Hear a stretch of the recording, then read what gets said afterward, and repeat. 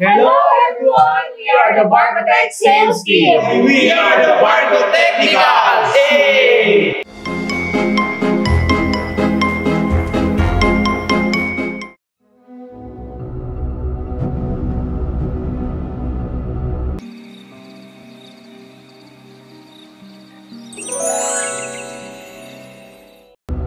Sa isang bayan ng Cainta, Rizal ay mayroon isang babae sa ospital putol ang ulo at nanghihingi tulong sa isang mamang nakabaluktot sa upuan. Ang dami.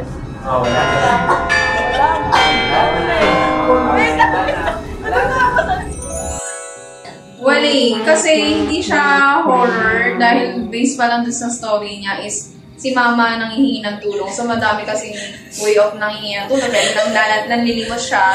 So yan hindi siya nakakatakot.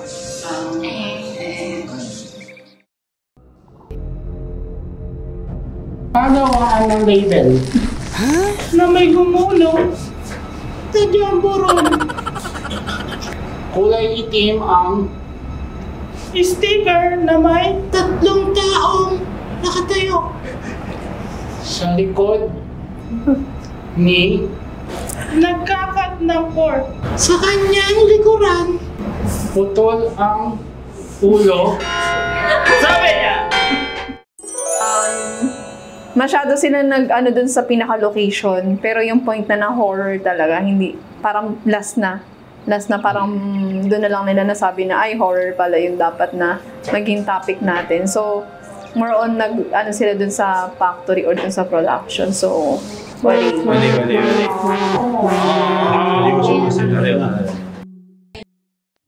Sa kabilang office, mayroong kumakaluskos sa ilalim ng hagdan.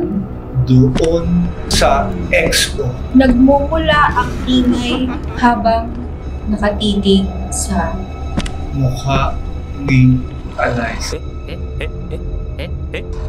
hindi niya mawali ang kanyang tahon. Dahil umiiyak ang Multong naroon sa warehouse. Sobra.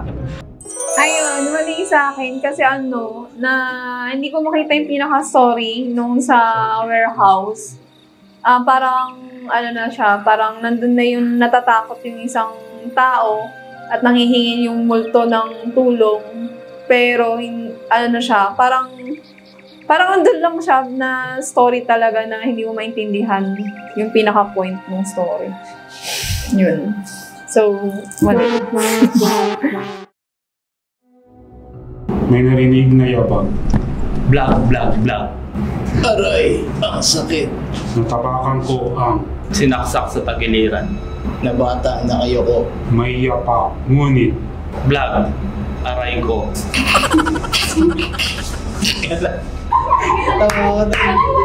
Ang sabi ng matanda. hep hooray. Alright. Weird siya. Kasi, yung hindi ko malaman kung nakakatawa ba yung gusto nilang i-point doon. Kasi nga, okay na yung entry ni Sir Ron. Kasi, diba, yung yabag, tapos black. Tapos mamaya yung sa tagiliran na hindi na siya kumukonik. Tapos mamaya may epiphany na. So, ayun, hindi siya nakakatakot talaga. So, mali, hindi siya horror, naging epiphany.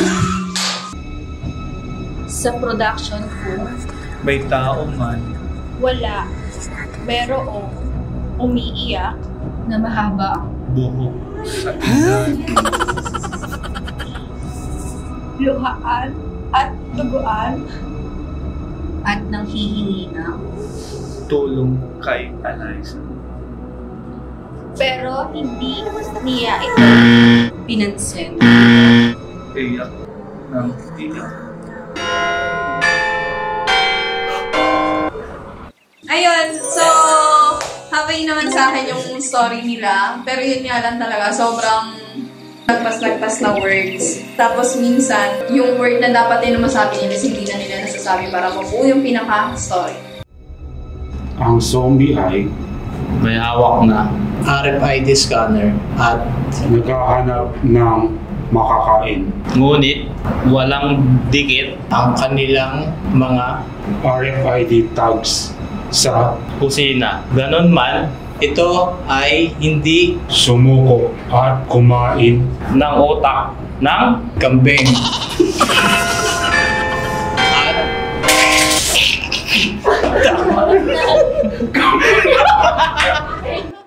Ayun, so, yun, very good sila doon. Kasi una-una, naipasok nila yung RFID. At saka yung zombie, si Barkotech yung naipasok nila. Yung zombie na kumakain ng utak ng kambing. So, medyo creepy yun. So, goods ako doon. Happy sila. may isang bangkay. na nasa kubeta. habang nakabukas ang Pinto, nakahiga siya. May hawak na TC-26 na nasa Ibabaw ng inidoro. may nakadikit na kulambo sa kanyang Ang daliri niya ay may fingerprint. May fingerprint na kanyang nililiit. Ngunit may tsokolate para tawa ng hindi matay. kaya siya nakahiga.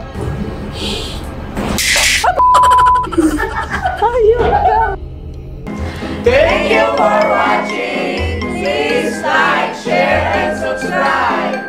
See you on our next video.